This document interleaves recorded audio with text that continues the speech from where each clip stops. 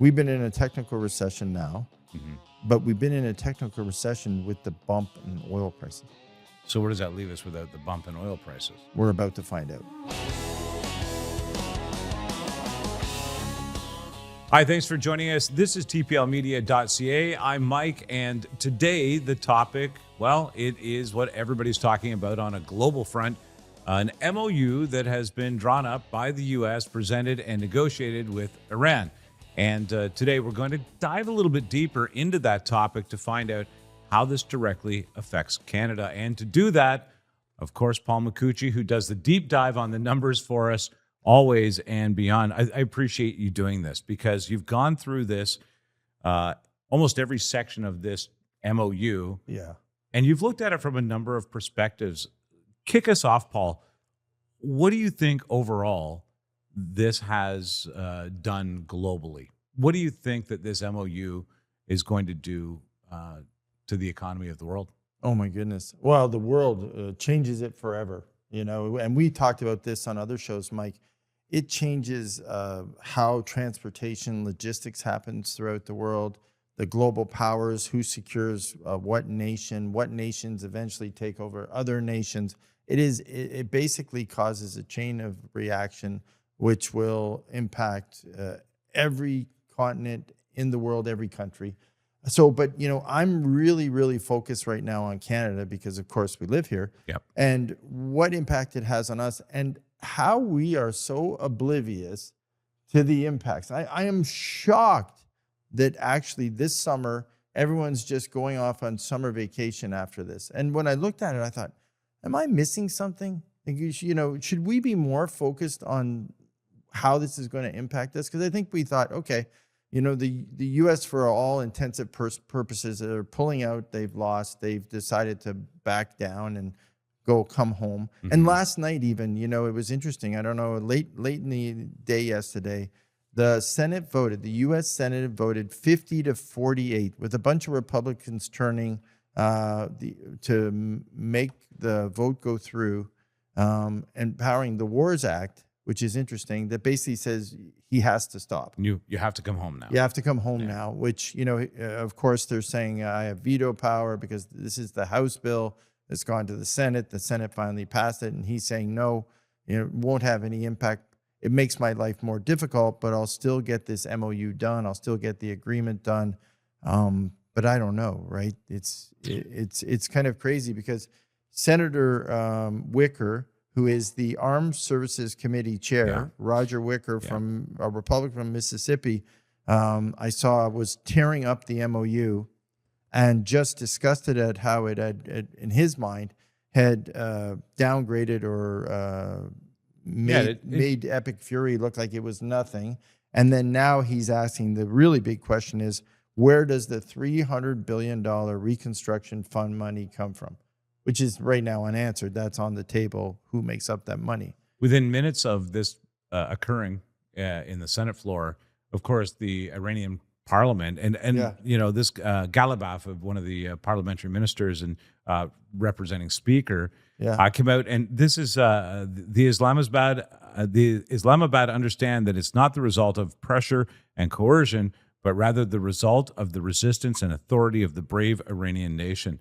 That's what he said on national television. That's why the Islamabad Memorandum of Understanding became, and I like that he calls it, that's very interesting, became a declaration of America's defeat. Right.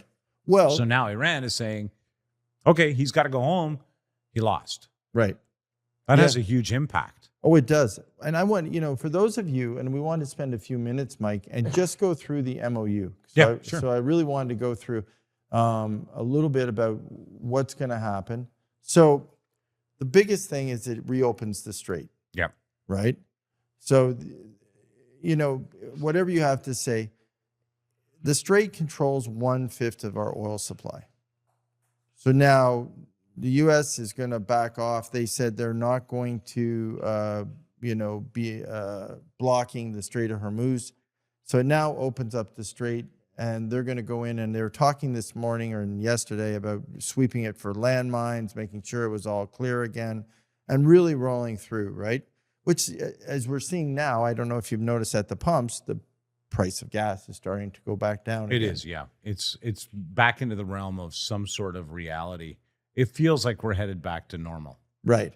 Back to normal. The interesting part is, remember before this happened, normal was low, right? We were talking on shows a few months ago before the war happened about $60, $58. We were even in Calgary, and they were complaining about, oh man, things aren't so great. The economy's not so great. They had several zero barrels, which is, they basically just keeping the flow going. Yeah. At zero profit per barrel for a long time. The bottom had been hit, I think, in Canadian oil by the time this occurred. Yeah, exactly. Yeah. So it kind of breathed a new existence into that oil business here in Canada. Yeah, we rode the wave. So we've been, it's interesting. We've been in a recession, technical. How dare you, Paul? Yeah, a technical recession, as they're calling it. But we've been in a technical recession now. Mm-hmm. But we've been in a technical recession with the bump in oil prices. So where does that leave us without the bump in oil prices? We're about to find out. Yeah. So, the sugar coating is coming off the apple right now. And quite frankly, the prime minister got to be thinking, now I've got a few more quarters coming. I'm going to lose the advantage of the large exporting cost of oil, right? And I haven't got a pipeline going, which we're going to talk about that in a minute. Yeah. I don't have a pipeline going, and I don't have the backdrop of that happening. So when we did our last show on the technical recession, that was one of the caveats we put on it. It's just watch out if this war ends and oil plummets. Right. Where does that leave us? Yeah. So how do you feel about this? This is the, the expert opinion. Keeping the route open helps stabilize gasoline prices, transportation costs, and inflation, directly benefiting Canadian households and businesses. That sounds opposite to what we think the effect might be.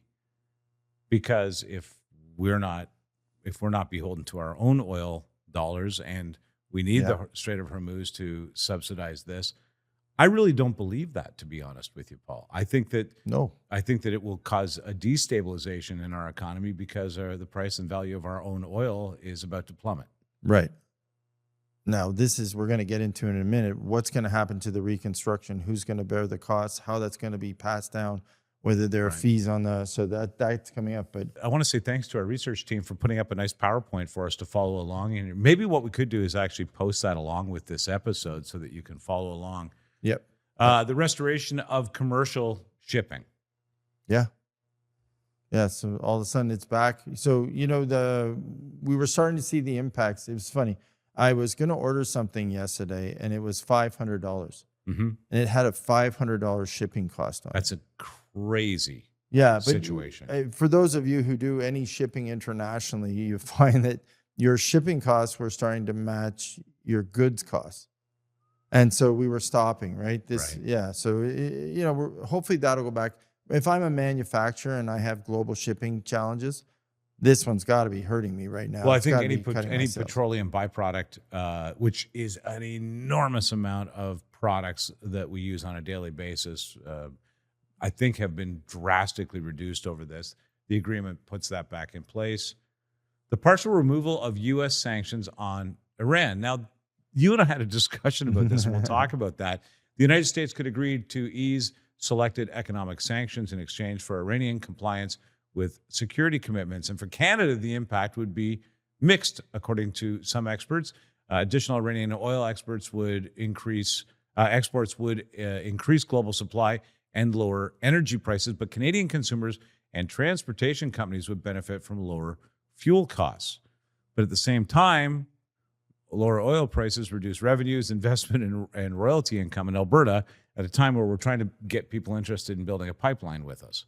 Yeah, we're not. Listen, we talk about this all the time. We're not highly productive, especially per capita. Having oil prices sink hurt us more than our manufacturing increase. So quite frankly, that's a challenge right now. I mean, we can't deny it.